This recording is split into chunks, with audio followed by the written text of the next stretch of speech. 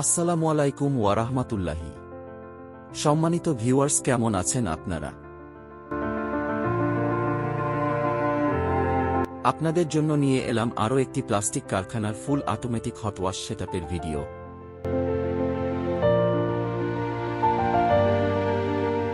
ভিডিওতে যে automatic hot wash setup দেখতে পাচ্ছেন সেটা আমরা তৈরি করে দিয়েছি ঈশ্বরদীতে।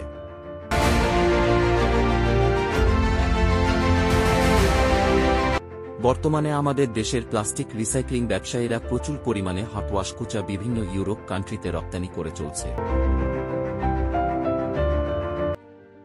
আপনারা জানেন যে এক্সপোর্ট এর জন্য মূলত সাদা কুচা বায়াররা ক্রয় করে থাকে।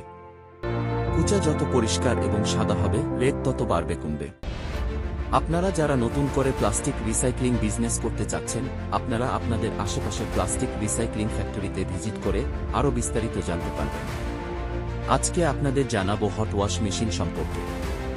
অটোমেটিক হট ওয়াশ সেটআপের মোট 7টি মেশিন থাকে।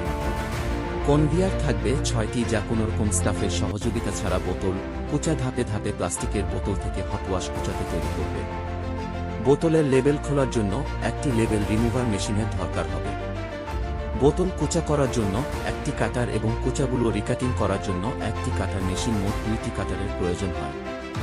কুচার ময়লা ওয়াশ করার জন্য শুরুতে একটি ওয়াশিং বোট এবং কেমিক্যাল দিয়ে ধোয়ার পরে আরও 3টি ওয়াশিং বোটের প্রয়োজন হয়। মোট 4টি ওয়াশিং বোটের লাগবে এই সেটআপে। এই হট ওয়াশ সেটআপের মধ্যে প্রধান যে ফ্যাক্টর তা হচ্ছে হট ওয়াশ পট। গরম পানিতে কুচা ধোয়ার জন্য একটি হট ওয়াশ পটের দরকার হয়, আবার অনেকে 2টি হট ওয়াশ পট নেয়। হট ওয়াশ পটে ধোয়ার পরে কুচাগুলো কেমিক্যালযুক্ত পানিতে ধোয়ার জন্য একটি ফ্রিকশন প্রয়োজন। কুচা শুকানোর জন্য মোট 2টি হাইডোর প্রয়োজন হয়। কোল্ড ওয়াশ করার পরে একটি এবং সবশেষে হট ওয়াশ করার পরে একটি। আপনাদের আজকে যে ফ্যাক্টরিটি দেখালাম সেটি অনেক বড় জায়গা নিয়ে করা। আগামী ভিডিওতে পুরো ফ্যাক্টরি দেখানোর চেষ্টা করব।